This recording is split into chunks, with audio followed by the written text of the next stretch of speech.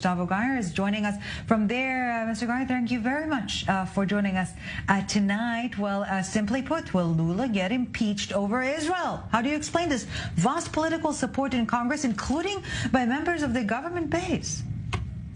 Yes, well, thank you for having me. First, I think I must start my participation in the program asking for apology. I am really sorry about what's happening. I just want to say as a federal congressman that Lula's declaration does not represent the majority of the Brazilian people. And as a matter of fact, the vast majority of Brazilian people are shocked, are very angry with his words and by what he did. That's why we've just reached a record number of signatures from the members of parliament asking for his impeachment. So we are working hard in order to succeed in this endeavor, which is to impeach him. What he did is unjustifiable. It's probably one of the worst declarations that a president from the Western Hemisphere has ever said in the history of the world. And for that, he must pay. But again, I just want to say that we Brazilian people are very sorry by his words and remind everyone that he does not represent the majority of the Brazilian population. But yes, an impeachment because of this is a reality.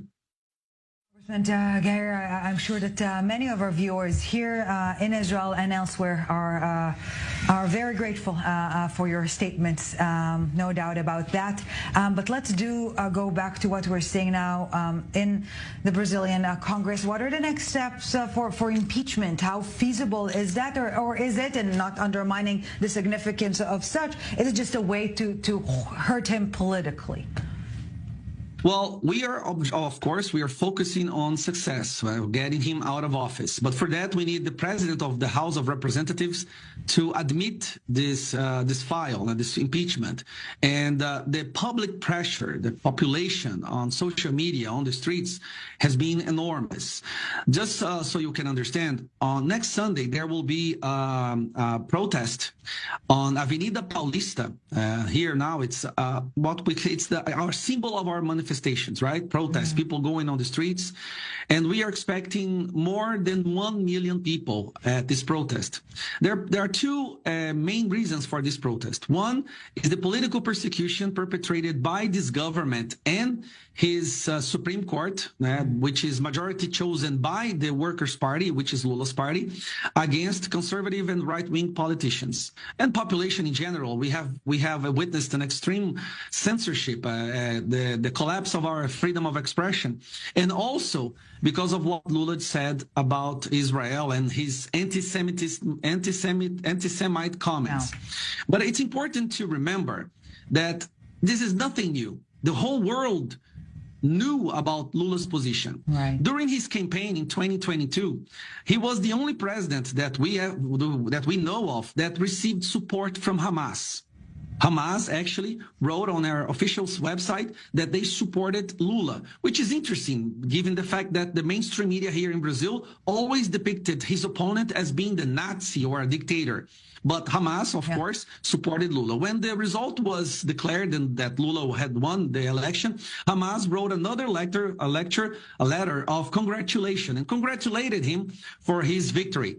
If that was not enough, then we had most recently, an official note written by Hamas, published by its official site and also the Telegram channel, thanking Lula for his words against Israel and about Hitler, trying to compare what Israel is doing by what Hitler had done.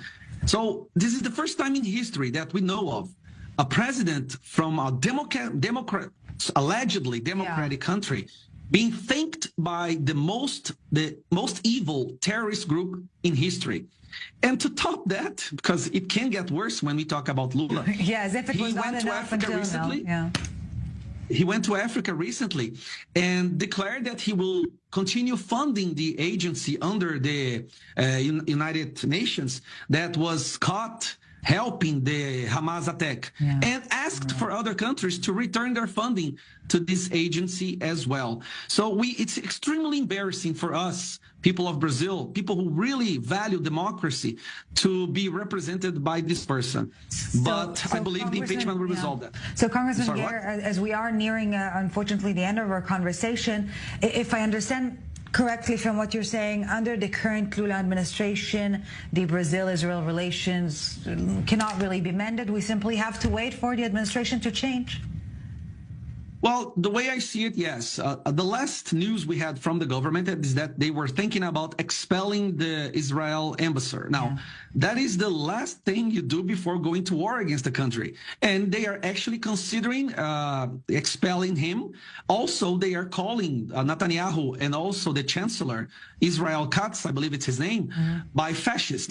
Believe it or not, they are calling them here. The president of Workers' Party, the Lula's party, is calling him Nazi and fascist. So we are living in such an insane world today here in Brazil that people who defend Israel are called Nazi, and people who support terrorist attacks against Israel are called democratic people fighting for freedom. Yeah, so we're not holding our breath for an apology from Lula. Don't do it.